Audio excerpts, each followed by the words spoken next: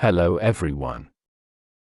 Today we will discuss one of the most important cyber security processes, which is vulnerability assessment. So, what is vulnerability assessment? A vulnerability assessment is the process of defining, identifying, classifying, and prioritizing security weaknesses and vulnerabilities in systems, including servers, applications, and network infrastructures.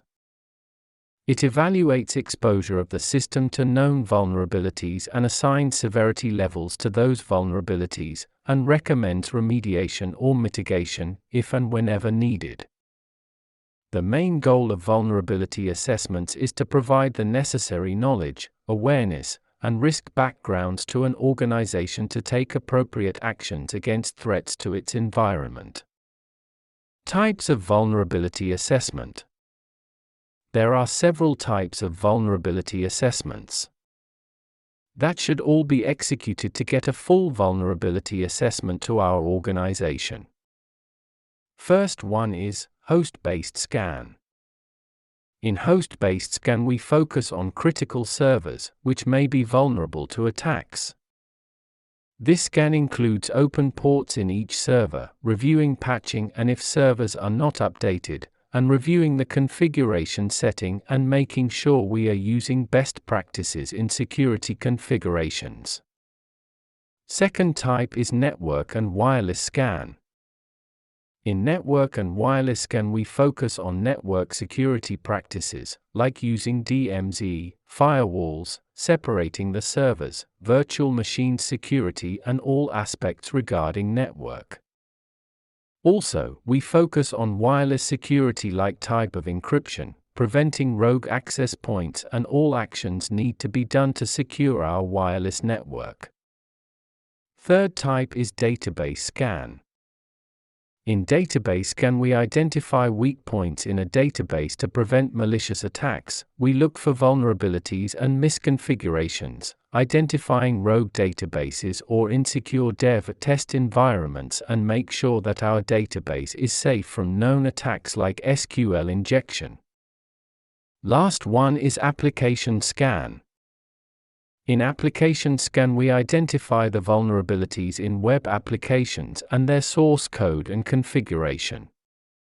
In this type we test the code to make sure it has no vulnerabilities. Also, we make some tests like fuzzing to make sure the application is safe.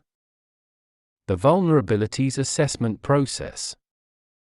The vulnerabilities assessment process consists of 4 steps: testing, analysis, assessment and remediation. The first step in vulnerabilities assessment process is vulnerability identification. In this step, we assess all assets we have, including computers, servers, printers, network appliances, attendance machines, IoT devices, and any device connected to our network. Then we create a list of vulnerabilities identified in each of our systems by using scanning tools. Also, in this step, we will relate vulnerabilities to their threats. For example, vulnerability could be unpatched Windows Server, and threat will be known attack that take advantage of this vulnerability. The second step in the process is vulnerability analysis. The objective of this step is to identify the source and root cause of the vulnerabilities identified earlier. For example, the root cause of a vulnerability could be an old version of software running on the server, and this version cannot work in the new Windows Server, which creates a vulnerability in our organization system. This provides a path for remediation, like we need to use newer versions that can work on new Windows servers to close this vulnerability. The third step is risk assessment. In this step we prioritize the vulnerabilities, we rank them, and assign a severity score to each vulnerability, based on factors like 1. Which business functions are at risk? 2. Which systems are affected? 3. What data is at risk? 4. Ease of attack. 5. Potential damage as a result of the vulnerability. to understand that, if we have a vulnerability in the main accounting system we use will have more severity scores than vulnerability found in a copy machine not connected to the organization network. The last step is remediation. In this step, we specify the actions needed to be done to remediate vulnerabilities that we found in the previous steps and plan the execution of these actions. Remediation actions might be: 1. Create security procedures. 2. The updating or changing configurations of systems.